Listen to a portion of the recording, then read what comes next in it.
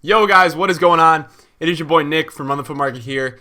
Today guys, I have a helpful video for you guys to make coins when you're not even playing the game, not online, if you're out at work, you're at school, whatever you might be doing. It is very, very worthwhile. I think some of you already might know what I'm going to tell you guys in this video, but again guys, this video will probably really help you out in the long run in terms of whenever you have investments, trades, anything like that. And I'm going to show you guys how you can maximize the profit and sale of your trade. If we could hit, let's say 250 likes in this video, that would be super blessed. I am so blessed for all the support here recently. I think by the time this video gets out, we will be at 13,000 subscribers on YouTube, which is absolutely madness. We've just hit about 15,000 on Twitter, and the Twitch streams are going crazy. We have 170 subscribers to the Twitch stream right now, and there's been crazy streams recently. So just really quickly want to say thank you for all of that. I'm gonna not waste your time anymore. Gonna get into the video. I'm trying to respond to all the comments, guys. You guys gotta understand I'm extremely busy. When I make these videos, try your best to take everything you can from them because they're there for you to learn and start to become more familiar with trading and investing and ways you can make money. So this method it's kind of called lazy buyers, lazy buying, lazy whatever. And essentially what it regards is you listing your players at all times, regardless of the situation. Whenever you want to sell it, doesn't matter. It's about you listing your players at all times. So make sure you're listing like overnight. You want to be listing for 12 hours. If you're out in the day, you want to list for 6. If you're on console, but you're going to be playing games and stuff, maybe list for 1 or 3. And if you're going on vacation or you're going away, list it for 3 days. And here's the method with lazy buying. Essentially, guys, what you guys are doing is you are stacking up the price of your card. You're gonna jump the price a little bit. So let's look at. We bought this Mustafi last night for 41K. I don't know what he's selling for right now. It looks like he's somewhere in the, I would say, the mid 45 range, right? I have another one for 37. Now, let me tell you guys this, right? I plan on selling my Mustafis for about 60K in maybe, let's say, 1 or 2 weeks. So that's my target sell price. I want to sell that Mustafi for that price in a few weeks. And because I want to sell for that price in a few weeks, what I'm going to go do is every time I leave, right? If I'm going to leave this video right now and I'm going to go to class or I have to go do something, right? What I would go ahead and do, guys, is I would go put the buy now all the way up to whatever I want to sell it for, and then I would probably add a few K to it. So I want to sell around 61, 62. So I'll put it at like 64.5, and I'll go ahead and I'll list it for 6 hours because I'll be away for, most of the day. And it has the chance of selling. If any of you guys were in my Twitch live stream the other night, you will remember that I had a Mustafi when he was 30K. I had him listed for 66,500 coins, and he sold. He literally sold. And the method behind why these guys actually go ahead and sell is due to the fact that there are people, especially in the beginning of the game, who don't really understand market, don't understand buying the lowest price. There are people in this game who just don't care. They have all the coins in the world from their pack opening, and they will just buy the first one they see because they essentially are just too lazy to go ahead and simply just go ahead and do this, where they're going to just search Mustafi, which is what I would do. Mustafi, and then you want to search what's the cheapest buy now. So these lazy buyers that we're selling to are the people that can't simply just go ahead and do this and then pick up one that they want. So that's basically the kind of buyer that we're selling to. And there is no excuses, guys. There has been countless times throughout the years, guys, where I have sold players for exponentially higher than what they sold for. Guys, I actually know a kid who listed an Inform for like 85K when it was selling for 12 and it sold, which is, you guys just never know. Like, you literally never know, and that's why within this method, guys, it does not hurt to do this. That's what I'm trying to explain to you guys. Like, it doesn't hurt to do this. It's not going to take any coins away from you, and all it's going to do is, say if this Mustafi sells, right? Say I get back on in 6 hours, and like, say I list an El Shaarawy for, let's go like 7.4 because I want to sell him for 6. Say I get back on and he sells, right? And I'm like, and you're probably like, oh, well then what do I do with my investments? Well, you just sold whatever you had invested for a lot more than it should have sold. So what you can do, if you still are crazy about that investment, is you can go back and pick up the next cheapest and then you're reinvested again. And that's how I usually do it, guys. You will see me if you're in my streams, if you're watching on YouTube, guys. You will see me always pretty much having my trade pile listed.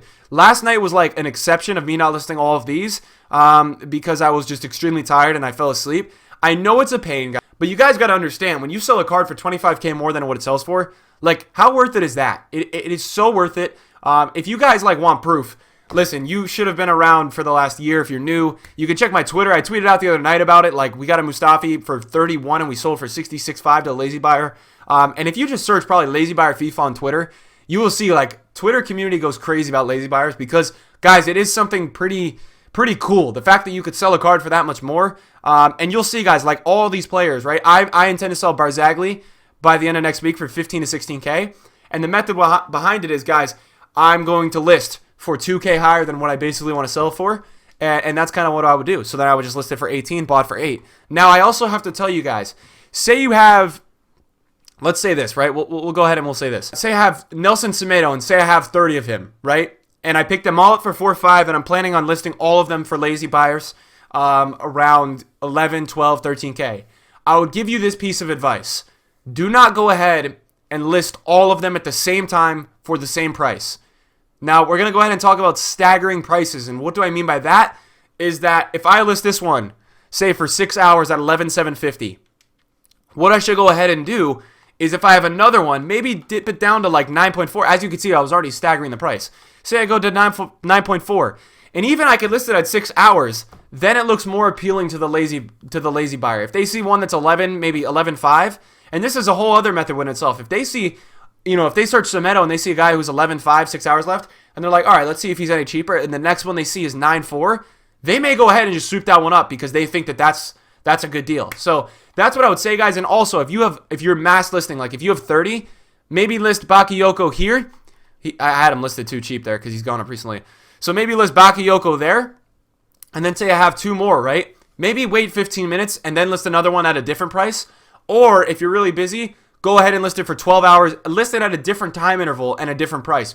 Make sure you guys are staggering because, guys, if you list all of your cards at the same time for way overpriced, I'm guaranteeing there's no way they will sell because the lazy buyer is going to even be smarter than that. You're selling to a dumb buyer. He's too lazy to go look at the cheapest buy now. He doesn't care about his coins, and you're trying to rob him. You're trying to rob him of a deal.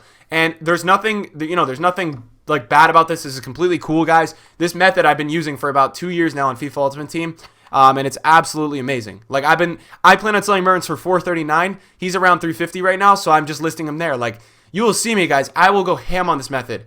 I packed this guy in my rewards, listing him for 15.5. I love this method more than anything, guys. And as you can see, my whole trade pile is listed. I will say this specifically. I see this going on a lot with informs. Like informs, in my opinion, I think you have the best chance to sell. Also, I would say that because I think essentially what you see with informs a lot of the time is maybe there's a moment or two on the market when they're rare and your high listed price could drive up other prices, or it's just the cheapest because he's being listed very rare at the time.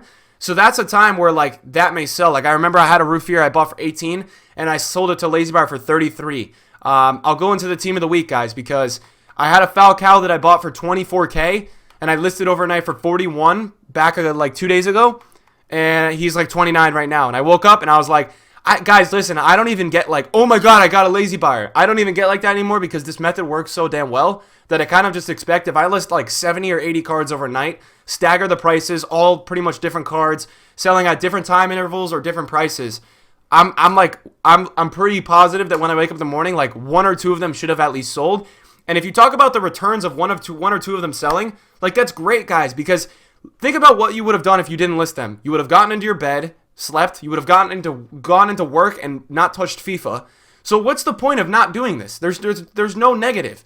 Just having all your cards listed at once is going to really help you make some coins. Like it's a debt. Listen, maybe I have a great investment and I pick up something on my trade pile and I plan to sell it in 3 weeks.